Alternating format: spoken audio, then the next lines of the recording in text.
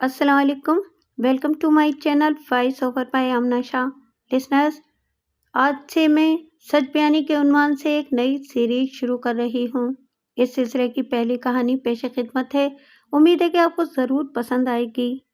जब मैं MBBS की डिग्री हासिल कर चुका था तो हर डॉक्टर की तरह मैंने भी हल्फ उठाया था कि मैं इंसानियत के मफाद को अपने मफाद पर तरजीह दूंगा, इंसानियत की खिदमत को अपना शियार बनाऊंगा, वगैरह वगैरह।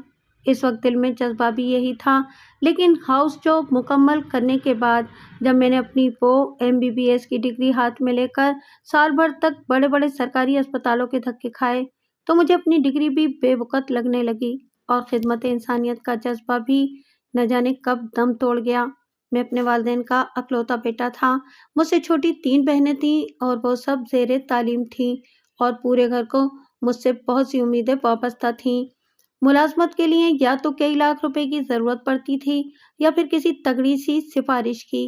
आप खुद समझ सकते हैं, जब एक LDC लोअर डिवीज़न क्लर्क की असामी के लिए वज़ीरों और सेक्रेटरीज की सिफारिश आती हों तो डॉक्टर की जॉब के लिए कैसी कैसी सिफारिशों की ज़रूरत होगी। मेरे एक दोस्त दानियाल ने अमेरिका की एक मेडिकल यूनिवर्सिटी से MBBS किया था। फिर वहीं के एक अस्पताल में उसे जॉब भी मिल गई। वो इन दिनों छुट्टी पर पाकिस्तान आया हुआ था। दानियाल प्राइमरी से लेकर A लेवल्स तक मेरे साथ ही पढ़ा था। हम दोनों में बहुत अच्छी दोस्ती थी।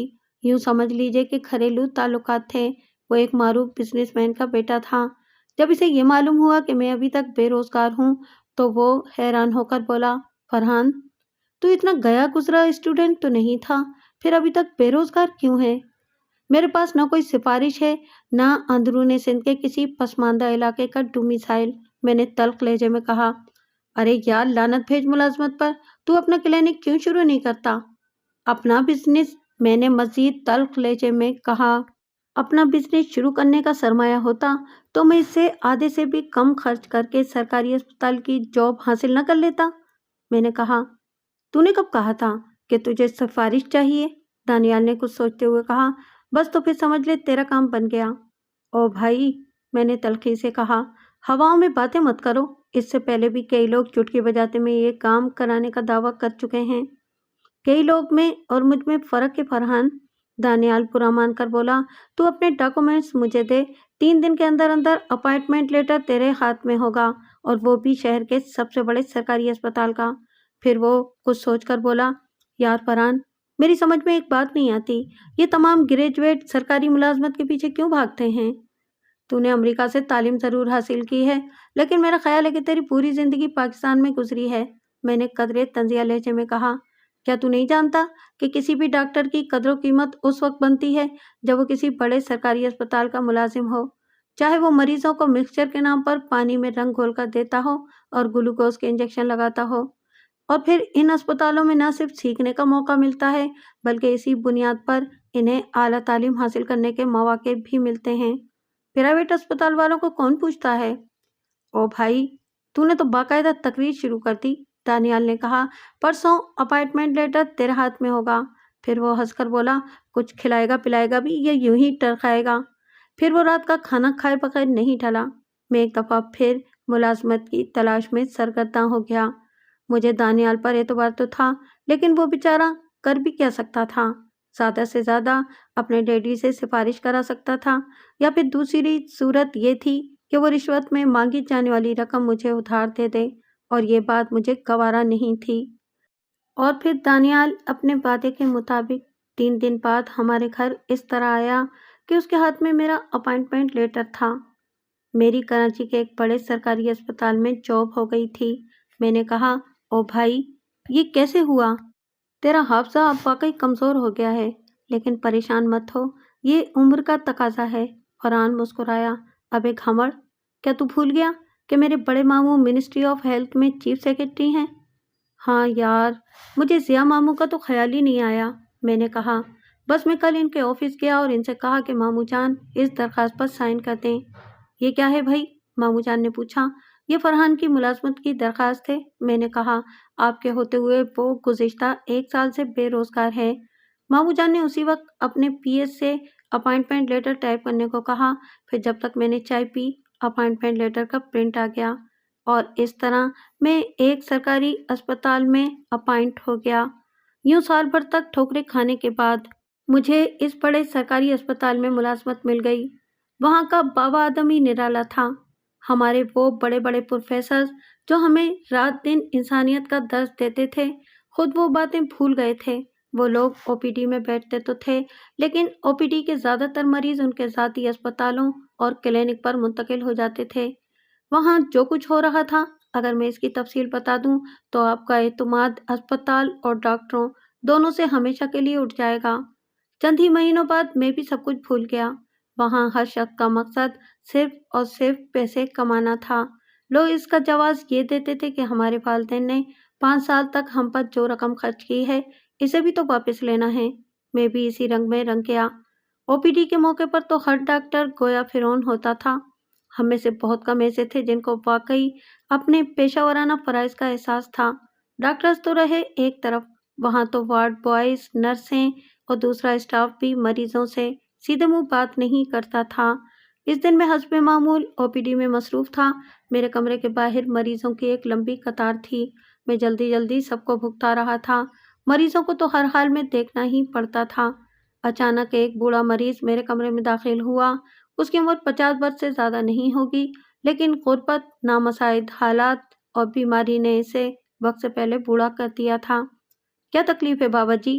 میں نے کرخت لہجے میں پوچھا۔ ڈاکٹر صاحب، میں جو کچھ کھاتا ہوں ہضم نہیں ہوتا، پیٹ میں بھی ہر وقت تکلیف رہتی ہے اور اب تو بخار بھی رہنے لگا ہے۔ میں نے اس کا بلڈ پریشر چیک کیا، اسٹیتھوسکوپ سے اس کا سینہ دیکھا، آنکھوں کی پتلیوں کا جائزہ لیا۔ اسے معدے کا السر تھا اور ذرا سی توجہ سے ٹھیک ہو سکتا تھا۔ مجھے بھلا توجہ دینے کی کیا ضرورت تھی؟ میں اگر توجہ دیتا بھی تو اسے دینے کے لیے دوائیں کہاں سے لاتا؟ اسپتال کی ساری دوائیں تو میڈیکل اسٹور پر بھیج دی جاتی تھیں۔ ڈاکٹر صاحب، اس نے خوشامد بھرے لہجے میں کہا، 1 ہفتے سے میں علاج کرا رہا ہوں لیکن کوئی فائدہ ہی نہیں ہوتا۔ میں اکیلا کمانے والا ہوں، میرے چھوٹے چھوٹے بچے ہیں ڈاکٹر صاحب۔ اگر میں نے اب اور 2-4 دن کا ناغہ کیا تو میرے گھر میں فاقے شروع ہو جائیں گے۔ میں دوا لکھ کر دے رہا ہوں، میں نے کہا، یہ دوائیں باہر سے لے لینا، ٹھیک ہو جاؤ گے۔ پھر میں نے اسے السر کی ایک مہنگی دوا لکھ دی اور اس کے ساتھ ہی میں نے اسے اسپتال کا رنگین پانی اور کیلشیم کی بے ضرر گولیاں بھی لکھ دیں۔ وہ مجھے دعائیں دیتا ہوا چلا گیا۔ میں جانتا تھا کہ اسپتال کی دوا سے اسے کوئی فائدہ نہیں ہوگا، باہر کی دوا سے البتہ اسے افاقہ ہو سکتا تھا۔ باہر کے جتنے نسخے ہوتے تھے ان میں میرا کمیشن بھی ہوتا تھا۔ وہ مریض 2 دن بعد پھر آیا۔ اس کی حالت پہلے سے بھی زیادہ ابتر تھی۔ میں جانتا تھا کہ اس نے میڈیکل اسٹور کی مہنگی دوائیں نہیں خریدی ہیں۔ اگر مزید 2-3 ہفتے اسی حال میں گزرے تو وہ بچ نہیں سکے گا۔ پھر وہی ہوا۔ 2 ہفتے بعد وہ مریض مجھے نظر نہیں آیا۔ بیچارہ کب تک اسپتال کے رنگین پانی اور کیلشیم کی بے فیض گولیوں پر زندہ رہتا؟ یہ واقعہ تو میں نے اس لیے تحریر کر دیا کہ آپ کو میری بے حسی کا اندازہ ہو جائے۔ ان دنوں تو انسانی جان کی ہمارے نزدیک کوئی اہمیت ہی نہیں تھی۔ ہاں، ایمرجنسی میں واقعی کام کرنا پڑتا تھا۔ وہاں ڈاکٹروں کو شدید محنت کرنا پڑتی تھی، بروقت ڈیوٹی پر موجود اور مستعد رہنا ہوتا تھا، اس لیے ہر ڈاکٹر ایمرجنسی کی ڈیوٹی سے گھبراتا تھا۔ میرے کچھ ساتھی ڈاکٹرز نائٹ ڈیوٹی کے موقع پر کسی خالی کمرے میں بیٹھ کر خوب ہلا گلا کرتے تھے، ٹی وی پر فلمیں دیکھتے تھے، ڈیک پر گانے سنتے تھے یا پھر فلیش کھیل کر وقت گزارتے تھے۔ اسپتال کی نرسیں بھی ہم سے پیچھے نہیں تھیں، وہ بھی ہمارے ساتھ خوب انجوائے کرتی تھیں۔ گنتی کے چند ڈاکٹرز اور نرسیں جن میں ایمانداری اور فرض شناسی کا ہیضہ لاحق تھا، وہ ہمارے ساتھ شریک نہیں ہوتے تھے بلکہ وارڈوں میں رہتے تھے۔ اس دن اس طرح کی ایک نائٹ تھی۔ ہم لوگ بہت ترنگ میں تھے اور نرسوں کی لائی ہوئی مختلف ڈشوں پر ہاتھ صاف کر رہے تھے۔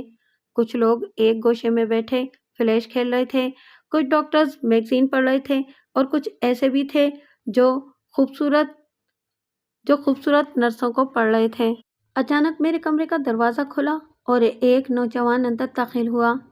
جی فرمائیے، ڈاکٹر ذیشان نے کچھ ناگواری سے پوچھا، کیا پرابلم ہے؟ میرا بھائی یہاں ایڈمٹ ہے، وہ شدید بیمار ہے اور آپ لوگ مریضوں کی دیکھ بھال کرنے کی بجائے یہاں پکنک منا رہے ہیں، نوجوان نے سخت لہجے میں کہا۔ تمہارا بھائی بیمار ہے تو ہم کیا کریں؟ ڈاکٹر جاوید نے ناگواری سے کہا۔ اس کا علاج ہو رہا ہے، لیکن تم یہاں کیسے آئے؟ مجھے یہاں آنے سے کون روک سکتا ہے؟ وہ بھنا کر بولا۔ میں ملک کے ایک بڑے اخبار کا کرائم رپورٹر ہوں اور کل یہ خبر ملک کے تمام اخبارات میں ہوگی کہ اسپتال کے ڈاکٹرز اور نرسیں ڈیوٹی کے اوقات میں پکنک مناتے ہیں۔ ان کی اس مجرمانہ غفلت کا خمیازہ بیچارے مریض بھگتتے ہیں۔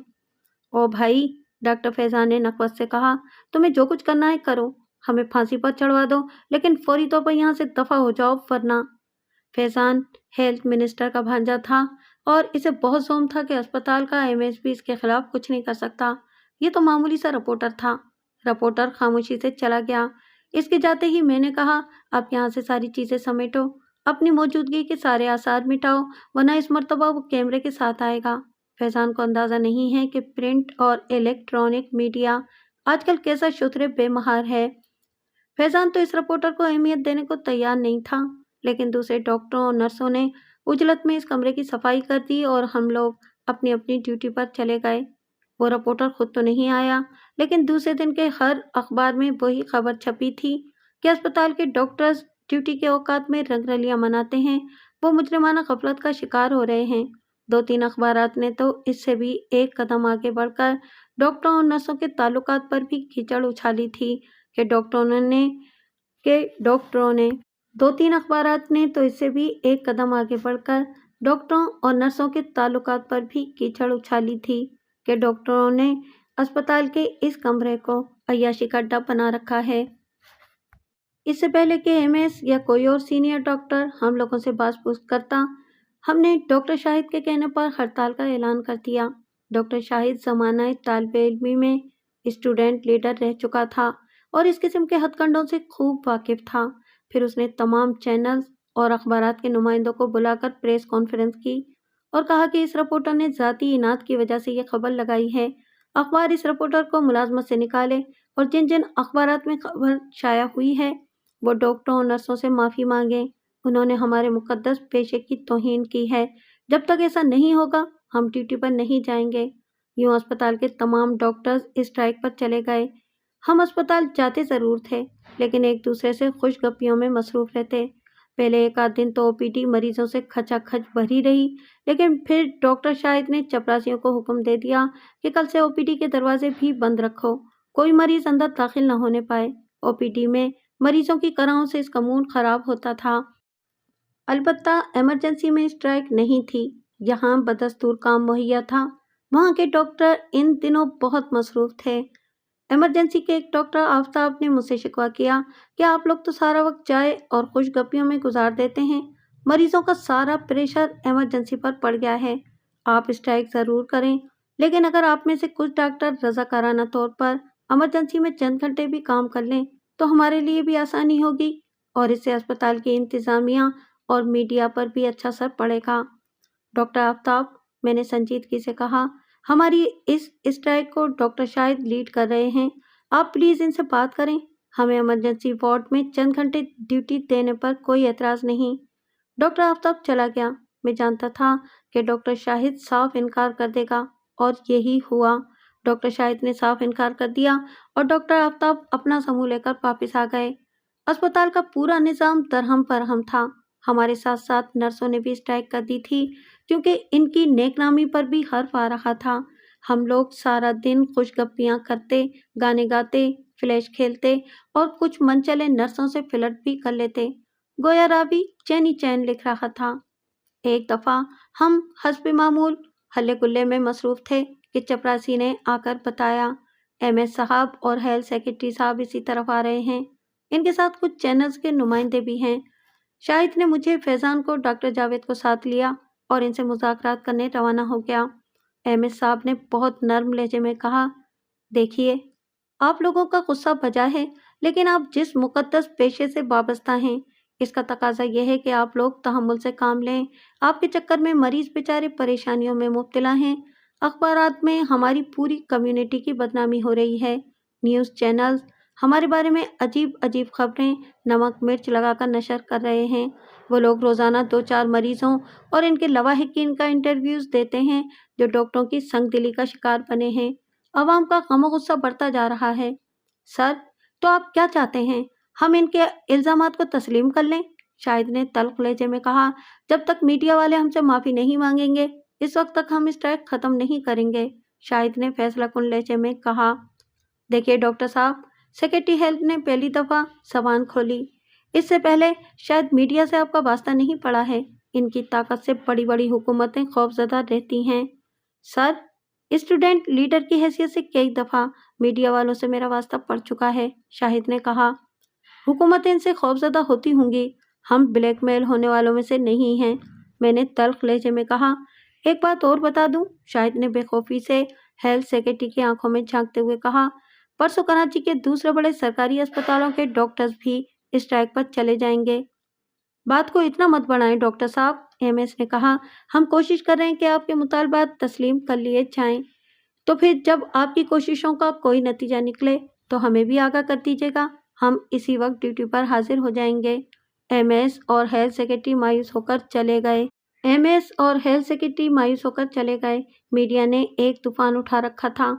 एक दफ़ा तो मैंने भी सोचा कि इंतज़ामिया से मुज़ाकरात करके स्ट्राइक ख़त्म कर देना चाहिए, लेकिन शायद इस पर राज़ी ना हुआ। ये स्ट्राइक के 5वें दिन की बात है। मैं डॉक्टर ज़ीशान और डॉक्टर जावेद के साथ अपने ऑफिस में बैठा था।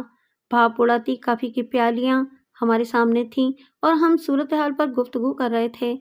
अचानक बाहर से मेरे चपरासी के तेज तेज बोलने की आवाज़ सुनाई दी। वो किसी को अंदर आने से रोक रहा था। फिर धड़ से दरवाज़ा खुला और एक औरत कमरे में दाखिल हुई। इसकी उम्र बमुश्किल 25-26 साल रही होगी। जिस्म पर बहुत सस्ता सा मलगेजा लिबास था। इसके बाल बिखरे हुए थे और होंठों पर पपड़ियाँ जमी हुई थीं। इसकी गोद में 2-2.5 साल का बच्चा भी था। उसने रहम तलब नज़रों से मुझे देखा, फिर बोली, डॉक्टर साहब, मेरे बच्चे को देख लें, सुबह से इसकी हालत बहुत ख़राब है। बीबी, आपको मालूम नहीं कि हम लोग इस वक्त स्ट्राइक पर हैं? मैंने तहम्मुल से कहा। आप इस वक्त किसी पेशेंट को हम देख नहीं सकते। डॉक्टर साहब, औरत ने खुशामदाना अंदाज में कहा, डॉक्टरों की हड़ताल किसी इंसानी जान से ज़्यादा कीमती तो नहीं हो सकती। ज़्यादा लेक्चर मत दो बीबी, मैंने दुरुस्त लहजे में कहा। हमारी इज्जतें दांव पर लगी हैं और तुम मुझे इंसानियत का सबक पढ़ा रही हो। अचानक बच्चे का सांस उखड़ गया। वो झटके लेने लगा।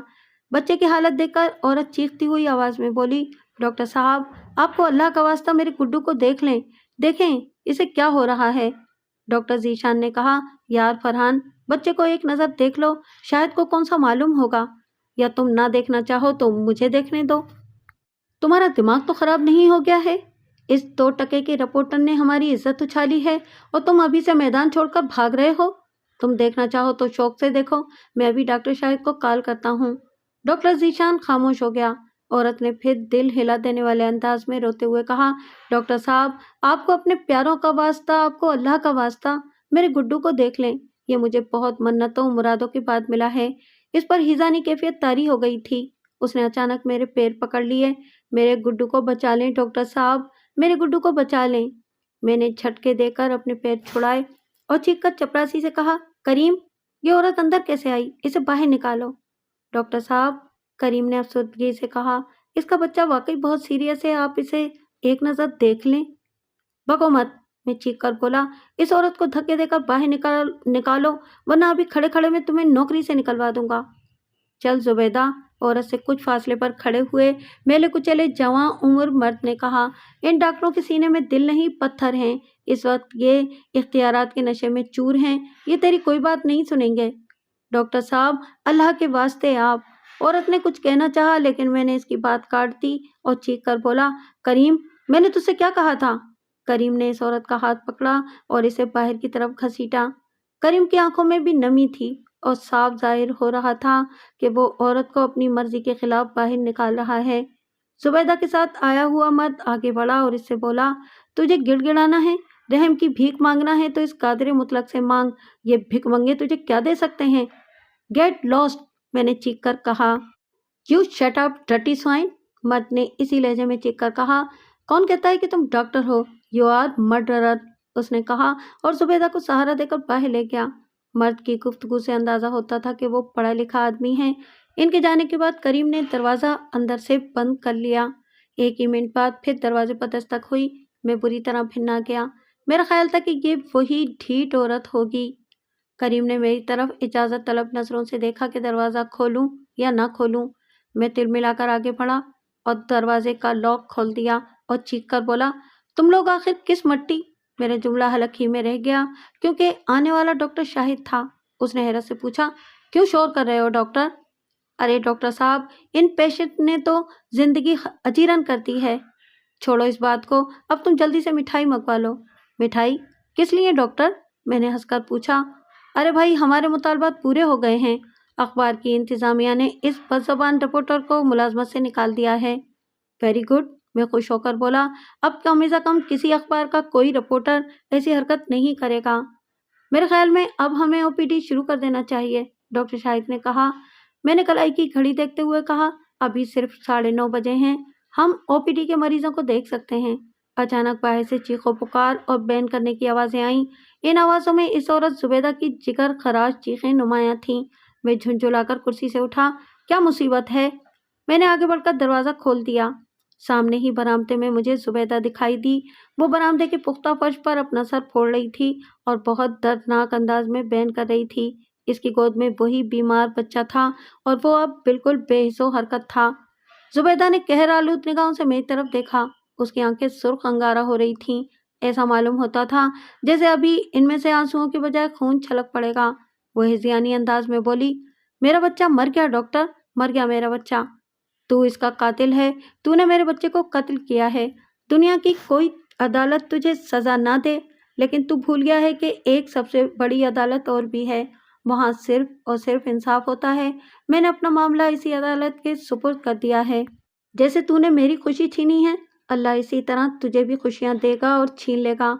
तू कभी सुकून से न रह सकेगा। मेरे बच्चे के कातिल, तू खुशियों के पीछे भाग भाग कर निढाल हो जाएगा।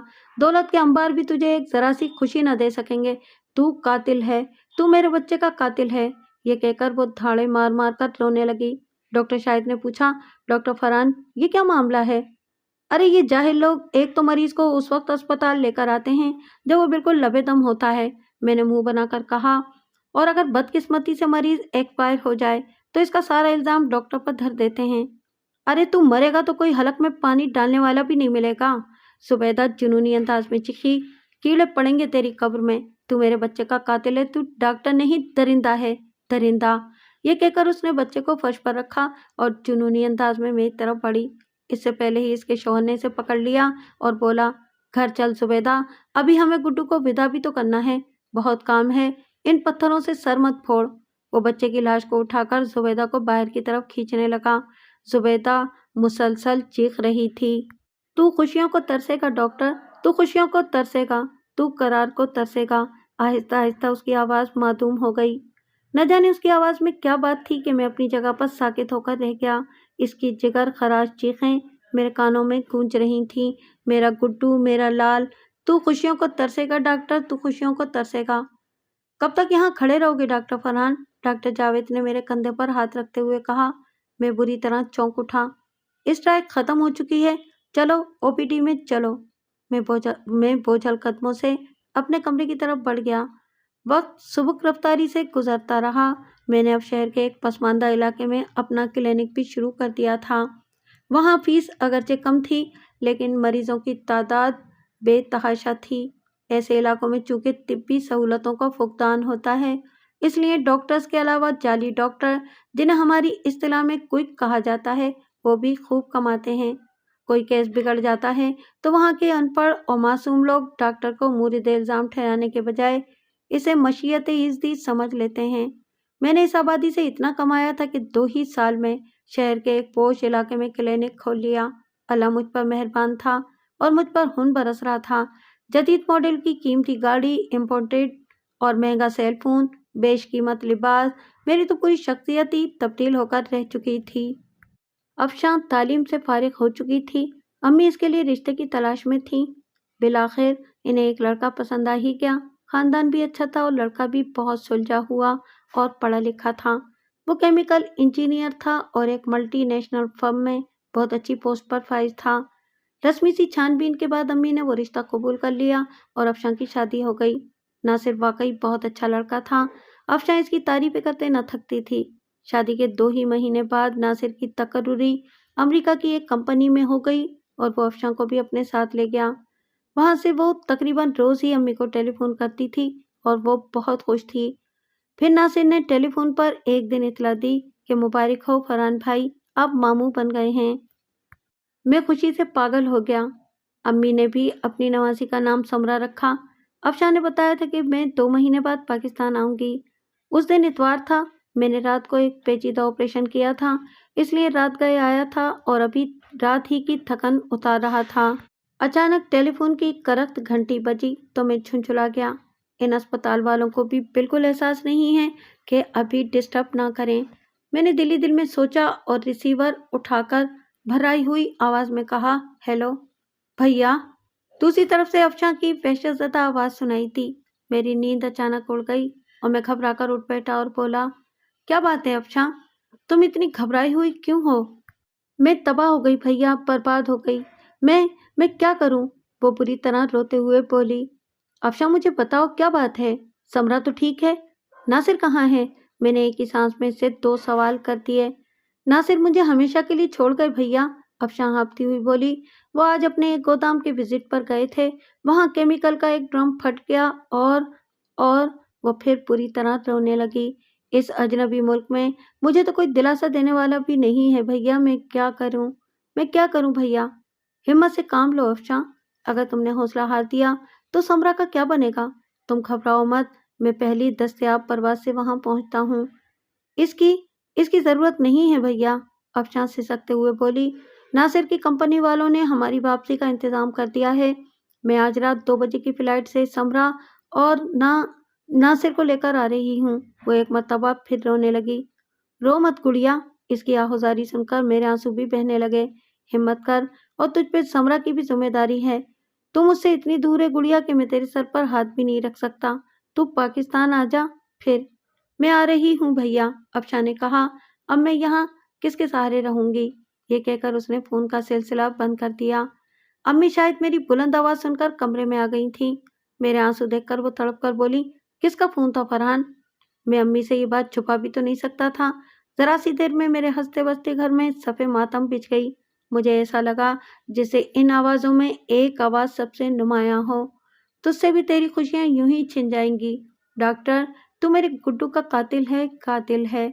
मैंने सर झटक कर इस औरत के ख्याल से पीछा छुड़ाया और फिर अम्मी और दूसरे लोगों की दिलजोई में मसरूफ हो गया।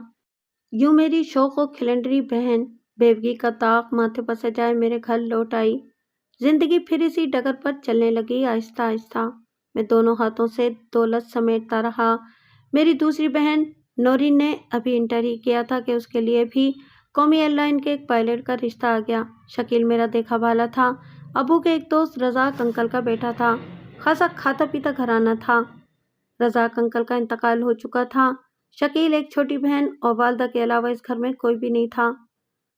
मैंने 1 महीने के अंदर अंदर अपनी बहन की शादी कर दी और दिल खोलकर अपने अरमान पूरे किए। नौरीन के जाने के बाद घर एकदम खाली खाली सा लगने लगा था। एक दिन मैं थका हारा अस्पताल से आया तो मालूम हुआ कि घर में मेहमान आए हुए हैं। नौकर ने बताया कि बड़ी बेगम साहिबा के कोई रिश्तेदार हैं। मैंने इन्हें ज़्यादा अहमियत न दी। हमारे नज़दीक के चंद ही तो रिश्तेदार थे। मैं सीधा अपने कमरे में चला गया। मैं नहा धोकर फ्रेश होकर अपने कमरे से निकला तो अफशा मेरे पास आई और वो हंस रही थी। इसे यूं इतने महीनों बाद हंसता देखकर मुझे खुशगवार सी हैरत हुई। उसने कहा, भैया घर में मेहमान आए हुए हैं और आप आकर सीधे कमरे में घुस गए। अरे तो मेहमान हैं कौन? मैंने पूछा। और मेहमानों के चक्कर में आज तुमने शाम की चाय भी गोल कर दी। अम्मी की शक्कर वाली कज़न है, अफशा हंसकर बोली। आइए, वो आपका ही इंतजार कर रही हैं और चाय भी वहीं मिलेगी आपको, अफशा ने कहा और वापसी के लिए मुड़ गई। अम्मी की शक्कर वाली कज़न से भला मुझे क्या लेना देना? मैं झुंझुलाया हुआ ड्राइंग रूम में पहुंचा तो अम्मी के साथ एक हसीन चेहरे को देखकर चौंक उठा। वो लड़की थी या हुस्न की मूरत। इतना मुकम्मल हुस्न मैंने कभी देखा ही नहीं था। मेरी नजरें उसके चेहरे पर पड़ी तो हटना भूल गईं। आओ बेटा फरहान। अम्मी की आवाज़ पर मेरी महवियत टूटी। ये तुम्हारी आप्ता खाला हैं। उन्होंने अधेड़ उम्र खातून की तरफ इशारा किया। वो बहुत नफीस सी खातून थी। मैंने आगे बढ़कर इन्हें अदब से सलाम किया। जीते रहो बेटा, उन्होंने कहा। और ये आप्ता खाला की बेटी साइमा है। अफशा ने इस हसीना की तरफ इशारा किया। उसने बहुत अदा से हाथ माथे पर ले जाकर मुझे आदाब किया। बेटा फरहान, आप्ता खाला ने कहा, मैंने तुम्हें अब से 16-17 साल पहले देखा था। जब तुम्हारे खालू जिंदा थे तो मैं कराची आई थी। तुम्हें तो शायद याद भी ना होगा। इस वक्त साइमा मेरी गोद में थी। इन्हीं खुशखबरियों में चाय पी गई। मुझे रात को क्लिनिक जाना था, लेकिन मैंने अपने असिस्टेंट डॉक्टर से कह दिया कि मैं आज क्लिनिक ना आ सकूंगा। रात को अम्मी और अफशा मेरे कमरे में आई तो मैं इन्हें देखकर चौंक उठा। आइए अम्मी, मैंने बेड पर इनके लिए जगह बनाई। अफशा पहले ही बैठ चुकी थी। फरहान, तुम्हें साइमा कैसी लगी? मैं इनका सवाल सुनकर चौंक उठा। मैं ये भी समझ गया कि अम्मी मुझसे ये क्यों पूछ रही हैं। मैंने कहा, अम्मी, जो आपको पसंद है वो मुझे भी पसंद है। वो तो ठीक है, लेकिन ये बताओ कि तुम्हें भी ये रिश्ता पसंद है? अम्मी ने पूछा। अरे अम्मी, आपको पसंद है तो मैं कैसे इनकार कर सकता हूँ, लेकिन पहले मैं अपने आखिरी फर्ज यानी नौशीन की शादी पहले करूँगा। मैंने संजीदा होकर कहा। अभी नौशीन की उम्र शादी की है? अम्मी ने आंखें निकाली। वो अभी मैट्रिक में पढ़ रही है। क्या तुम बुढ़ापे में शादी करोगे? फिर आपदा इतनी देर नहीं रुकेगी। इसकी ससुराल से भी 2-3 रिश्ते आए हुए हैं। इसे मजबूरन साइमा की शादी इन्हीं जाहिलों में करना पड़ेगी। जैसे आपकी मर्जी अम्मी, मैंने सर झुकाकर कहा। फिर चटमंगनी और पट ब्याह के मुश्ताक 2 महीने के अंदर अंदर साइमा मेरी दुल्हन बनकर मेरे आंगन में उतर आई।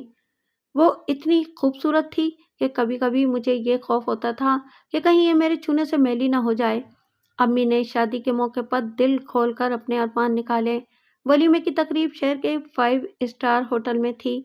अब मैंने अपनी मसरूफियत कुछ कम कर ली थी। मैं तो साइमा को देख देख कर जीता था। फिर वक्त दबे पाँव यूं गुजरा कि मुझे एहसास ही ना हो सका। देखते ही देखते 2 साल गुजर गए। बस मेरे दिल में एक ही ख्वाहिश थी कि साइमा की गोद अभी तक खाली थी। मैंने अपना और साइमा का मेडिकल चेकअप भी करा लिया था। दोनों की रिपोर्ट्स नॉर्मल थी। बस कुदरत ही की तरफ से देर थी। अम्मी पहले तो इशारों किनायों में मुझे इस महरूमी का एहसास दिलाती रहीं। फिर उन्होंने खुलेआम कहना शुरू कर दिया कि मुझे एक पोता चाहिए। क्या मैं अपनी ये ख्वाहिश कब्र में साथ ले जाऊंगी? उन्होंने दबे लफ्जों में मुझे दूसरी शादी का मशवरा भी दिया। मैंने इनके इस मशवरे को मुस्तरद कर दिया कि जब हम दोनों की मेडिकल रिपोर्ट्स नॉर्मल हैं तो दूसरी शादी का क्या जवाज है। इसी ख्वाहिश में 3 साल गुजर गए। नौरीन भी अभी तक मां नहीं बनी थी। मैंने महसूस किया कि नौशीन अब बुझी बुझी सी रहती है। उसका चेहरा भी पहले की तरह तरोताज़ा और निखरा हुआ नहीं था। बज़ाहिर इसे कोई परेशानी भी नहीं थी। मोहब्बत करने वाला शौहर था, शफीक सास थी, घर में हर तरह का आराम था। एक दिन अफशा के बहुत ज़्यादा इसरार पर वो रोने लगी और उसने बताया कि इसकी सास ने इसका जीना हराम कर दिया है। शकील तो कई कई दिन बल्कि हफ्तों के लिए फ्लाइट पर चले जाते हैं। इनके पीछे सास और ननद सफिया इसकी ज़िंदगी अजीरन कर देती हैं।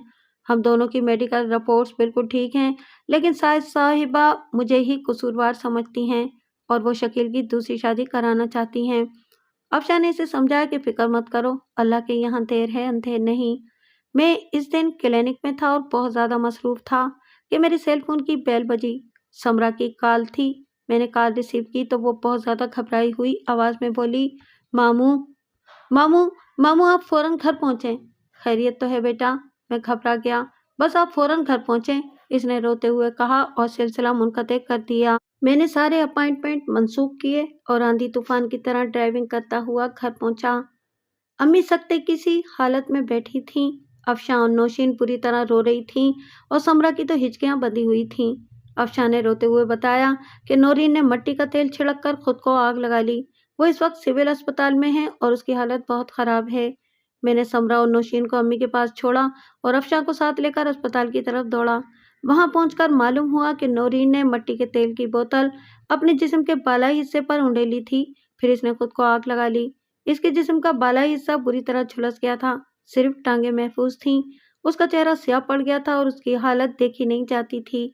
वो इस वक्त अपनी कुव्वत इरादी की बदौलत होश में थी। अस्पताल के डॉक्टर्स ने पुलिस को भी तलब कर लिया था।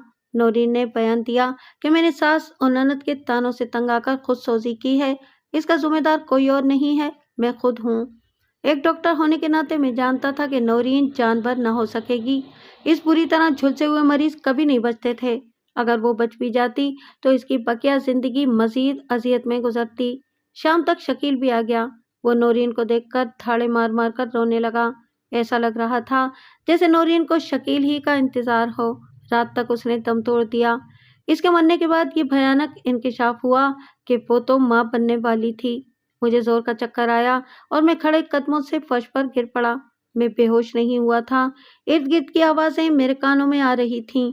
अचानक एक जानी पहचानी आवाज़ आई, डॉक्टर, तू मेरे गुड्डू का कातिल है। खुशियाँ यूं ही तुझसे दूर भागती रहेंगी। अब तो मेरा पीछा छोड़ दो, मैंने बहुत सज़ा भुगत ली है, अब तो मुझे माफ़ कर दो, मैं चीख कर बोला। जवाब में मुझे जुबैदा की हिज़ियानी हंसी की आवाज़ सुनाई दी। इस वक्त किसी ने मेरे शाने पर हाथ रख दिया और कोई नर्म लहजे में बोला, आराम से लेटे रहें डॉक्टर साहब। मैंने आंखें खोलकर देखा, वो सिविल अस्पताल ही का एक कमरा था। फर्श पर गिरने से मेरे सर और बाजू पर चोट आई थी। नौरीन की मौत के बाद मुझे खुशियों से खौफ आने लगा था। मैंने सोचा कि मैं जुबैदा को तलाश करके अपने तौर पर माफ़ी मांग लूं, लेकिन मैं इसे तलाश कहाँ करता। मेरा चपरासी करीम इस दिन उसे अंदर लाया था, शायद वही उसके बारे में कुछ जानता हो। मैंने करीम को बुलाया और पूछा, करीम, तुम्हें वो औरत याद है जो हड़ताल के दिनों में यहाँ आई थी? अच्छी तरह याद है डॉक्टर साहब, करीम ने कहा। इसका बच्चा मर गया था। हाँ हाँ, मैंने जल्दी से कहा। तुम जानते हो कि वो कहाँ रहती है? मैं जानता हूँ साहब, करीम ने अफसुर्दगी से कहा। तो फिर मुझे उसके पास ले चलो, मैंने बेताबी से कहा। वो मेरे महल्ले ही में रहती थी डॉक्टर साहब, करीम ने अफसुर्दगी से कहा। लेकिन आपने बहुत देर कर दी, अब वो इस दुनिया में नहीं है। उफ मेरे खुदा, मैंने दोनों हाथों से सर थाम लिया। बेटे की मौत के बाद वो पागल हो गई थी डॉक्टर साहब, करीम बोले जा रहा था। वो फटे हाल, बुरे अहवाल, गलियों में मारी मारी फिरती थी। बच्चे इसे पत्थर मारते थे, लेकिन इसने कभी किसी बच्चे को कुछ नहीं कहा। फिर एक दिन दीवानगी में सड़क पार करते हुए वो एक ट्रक की लपेट में आ गई। और उसका शौहर? मैंने पूछा। वो तो इसके मरने के फौरन बाद महल्ला छोड़ गया था। करीम के जाने के बाद मैं बहुत देर तक साकित बैठा रहा। जुबैदा से माफ़ी मांगने की आखिरी उम्मीद भी दम तोड़ गई थी। नौरीन की मौत और अफशां की बेवगी से घर पर अजीब सी नहुसत छा गई थी। अम्मी टूट कर रह गई थीं और मुझे अब इनकी तरफ से फिक्र होने लगी थी। साइमा औलाद के लिए अब दवा इलाज छोड़कर पीरों फकीरों और मज़ारों के चक्कर में पड़ गई थी। वो मुझे अब्दुल्ला शाह काजी रहमतुल्लाह अलैह के मज़ार पर ले गई। ठट्टा के मज़ारों पर हाजिरी दी, शाह अकीक के मज़ार पर जाकर मन्नत मानी, सेवन शरीफ गई, बरी इमाम गई, गर्ज दाता दरबार गई। गर्ज वो हर उस मज़ार पर गई जहाँ से इसे उम्मीद की हल्की सी किरण भी नजर आई। हमारी शादी को 5 साल हो गए थे, लेकिन साइमा की गोद अभी तक खाली थी। अम्मी काफ़ी ज़ईफ़ हो गई थीं। अब तो उन्होंने भी पोते की तमन्ना छोड़ दी थी। बस वो हरदम उदास रहती और खला में तकती रहती। समरा अब माशाल्लाह 10 साल की हो गई थी। वही अम्मी के साथ लगी रहती थी। मैं एक मरतबा फिर दौलत समेटने में मसरूफ़ हो गया था। मैंने क्लिफ्टन में एक क्लिनिक और खोल लिया था। मेरे क्लास फेलो मेरी किस्मत पर रश्क करते थे कि महज MBBS करके मैं लाखों रुपया कमा रहा था। मेरे पास तो कोई आला डिग्री भी नहीं थी, वरना डिग्रियों की कतार के बगैर कोई भी डॉक्टर कामयाब नहीं हो सकता था। साइमा न सिर्फ मज़ारों पर हाजिरी दे रही थी, बल्कि वो अपने इलाज पर भी लाखों रुपए खर्च कर रही थी। शादी का 7वां साल था कि अमेरिका से एक माहिर डॉक्टर पाकिस्तान आया। इसका दावा था कि इसके इलाज से शर्तिया तौर पर औलाद पैदा हो सकती है। साइमा की जिद पर मैं उसे डॉक्टर के पास ले गया। डॉक्टर होने के नाते उसने मेरा बहुत ख्याल किया और कहा कि डॉक्टर साहब, आप दोनों की रिपोर्ट्स नॉर्मल हैं और मैं आपको अंधेरे में नहीं रखूँगा। मेरे इलाज से सिर्फ इतना फ़ायदा होगा कि हार्मोन्स मुतहर्रिक हो जाएंगे। औलाद का होना न होना दस्ते कुदरत में है, मैं तो कोशिश ही कर सकता हूँ। उसने जो दवाएं दी वो भी इन दवाओं से मुख्तलिफ थीं जो साइमा अब तक इस्तेमाल करती रही थी। उसने मुझे भी कैप्सूल्स का एक कोर्स कराया। आखिर अल्लाह ने हमारी सुनी ली। साइमा की तबीयत ख़राब हो गई तो मैंने पहले तो खुद ही इसका चेकअप किया, फिर मज़ीद तस्दीक के लिए शहर के एक मारूफ गायनकोलॉजिस्ट के पास ले गया। अल्ट्रासाउंड के बाद उसने भी तस्दीक कर दी कि साइमा माँ बनने वाली है। वो दिन मेरी ज़िंदगी का अहम तरीन दिन था। अम्मी भी इस खबर से गोया दोबारा जी उठी थीं और उन्होंने अपनी उम्र के 10 साल गोया झटक दिए थे। अफशां और अम्मी ने साइमा को बिल्कुल बेड पर बिठा दिया। इन दोनों ने इसे हथेली का छाला बना लिया था। आखिर 8 साल के तवील इंतज़ार के बाद अल्लाह ताला ने खुशी का ये दिन दिखाया था। फिर साइमा ने चांद से एक बेटे को जन्म दिया। अम्मी ने उसका नाम अरसलान रखा। साइमा प्यार में इसे मून कहती थी। हमारे घर में खुशियाँ एक मरतबा फिर लौट आईं। अफशां और नौशीन तो मून की दीवानी थीं। समरा भी स्कूल से आने के बाद सारा वक्त उसे ही गोद में लिए रहती थी। वो भी अब 14 साल की हो रही थी। वक्त सुबह रफ्तारी से गुजरता रहा। मून 1 साल का होने वाला था। साइमा इसकी पहली सालगिरह बहुत धूमधाम से करना चाहती थी। इसकी सालगिरह में अभी 15 दिन बाकी थे। साइमा की शॉपिंग ही खत्म नहीं हो रही थी। अफशा, नौशीन और समरा भी बहुत खुश थीं। समरा कई दिन से मुझसे कह रही थी कि मुझे कुछ ज़रूरी चीज़ें खरीदना है, बस ये आखिरी शॉपिंग है, आप भी मेरे साथ चलें। मुझे टाइम नहीं मिल पा रहा था। असल में साइमा मेरे ही लिए कुछ शॉपिंग करना चाहती थी। मैंने इसे कहा कि तुम अम्मी, अफशा और नौशीन को ले जाओ। अम्मी ने शॉपिंग भी नहीं की है, इन्हें भी शॉपिंग करा देना और समरा को भी मेरी तरफ से एक नया सूट दिलवा देना। मैं हस्बे मामूल अस्पताल आ गया। वहां पहुंचकर मालूम हुआ कि किसी डॉक्टर ने एक नर्स के साथ ज्यादती करने की कोशिश की थी, इसलिए तमाम नर्सें स्ट्राइक पर चली गई हैं। उन्होंने मीडिया को भी ये बयान दिया था कि जब तक हमारी इज्जत व आबरू की हिफाजत की कोई जमानत हुकूमती सतह पर नहीं दी जाती, हम स्ट्राइक पर रहेंगे। जवाब में डॉक्टर्स ने भी स्ट्राइक कर दी। ये हम पर सरासर इल्ज़ाम है। वो नर्स डॉक्टर से ज़ाती इनात की बिना पर ऐसा कह रही है। अस्पताल में स्ट्राइक थी, इसलिए मैंने सोचा कि मैं साइमा और दूसरे घर वालों के साथ शॉपिंग ही कर लूं। मैंने घर टेलीफोन किया तो मालूम हुआ कि वो लोग शॉपिंग के लिए निकल चुके हैं। एक दफ़ा फिर वही मंजर था। ओपीडी के बाहर बेशुमार मरीज जमा थे, लेकिन कोई पुरसाने हाल नहीं था। मैंने करीम से एक मरतबा फिर ओपीडी का मेन गेट बंद करा दिया था। इस वक्त इमरजेंसी से कॉल आई कि यहाँ बम धमाके के कई मरीज बहुत तशवीशनाक हालत में लाए गए हैं। यहाँ डॉक्टर्स की तादाद कम है, इसलिए आप प्लीज़ इमरजेंसी में आ जाएं। स्ट्राइक के दौरान में अमूमन होता यह है कि इमरजेंसी वार्ड में डॉक्टर हस्ब मामूल काम करते रहते हैं। मैं इमरजेंसी की तरफ जाने के लिए निकला तो इस वक्त मुल्क की एक अहम शख्सियत को जख्मी हालत में लाया गया। इनकी फौरी निगहदाश्त बहुत ज़रूरी थी। मैंने इन्हें ऑपरेशन थिएटर में मुंतकिल करा दिया। 2 घंटे बाद जब मैं ऑपरेशन से फारिग होकर निकला तो डॉक्टर फैजान मेरे पास आए और अफसरदा लहजे में बोले, डॉक्टर फरहान, आप मेरे साथ आएँ। क्या कोई और मरीज आ गया है? मैंने पूछा। मैं इस वक्त बहुत थक गया हूँ, आप डॉक्टर शाहिद को। मेरे अल्फाज मुंह में रह गए। इमरजेंसी के बरामदे में कतार से 6 लाशें रखी थीं। ये लोग खुदकुश बम धमाके में जाँ बहक हुए थे। इनके चेहरे चादरों में छुपे हुए थे। हमें अफसोस है डॉक्टर फरहान, डॉक्टर शौकत ने कहा। वो इमरजेंसी वार्ड के इंचार्ज थे। हमने अपनी सी बहुत कोशिश की, लेकिन हम आपकी मिसेस को ना बचा सके। मेरी मिसेस? मैंने हैरत से कहा। कहाँ है साइमा? वो तो शॉपिंग के लिए गई थी। जी हाँ, वहीं तो बम धमाका हुआ है। इस हादसे में आपका ड्राइवर भी एक्सपायर हो गया है। आपकी मिसेस के पर्स से ये शनाख्ती कार्ड निकला है। इसके जरिए हमें इल्म हुआ कि मैडम साइमा फरहान आपकी मिसेस हैं। अस्पताल के दरो दीवार बुरी तरह घूमने लगे। डॉक्टर शौकत अगर आगे बढ़कर मुझे सहारा न देते तो शायद मैं चकराकर गिर जाता। मैंने हिम्मत जमा की और कांपते हाथों से एक लाश के चेहरे से चादर हटाई। मैं चीख पड़ा। वो समरा की लाश थी। उसके चेहरे पर वही मासूमियत और शोखी थी। दूसरी लाश साइमा की थी। उसके चेहरे पर अजियत के आसार मुंजमद होकर रह गए थे। अफशा, अम्मी और नौशीन की लाशें इस काबिल नहीं थीं कि इन्हें देखा जाता। इनके चेहरे मस्क हो गए थे, लेकिन काबिल शनाख्त थे। मैंने कांपते हुए हाथों से सबसे छोटी लाश पर से चादर हटाई। मेरे मून के चेहरे पर मुस्कुराहट थी, इसके बावजूद कि इसके जिस्म का दायां हिस्सा धमाके में उड़ गया था। मुझे बहुत जोर का चक्कर आया और मैं धड़ाम से फर्श पर गिर गया। डॉक्टरों और नर्सों की मिली-जुली आवाज़ों में एक आवाज़ नुमायां थी।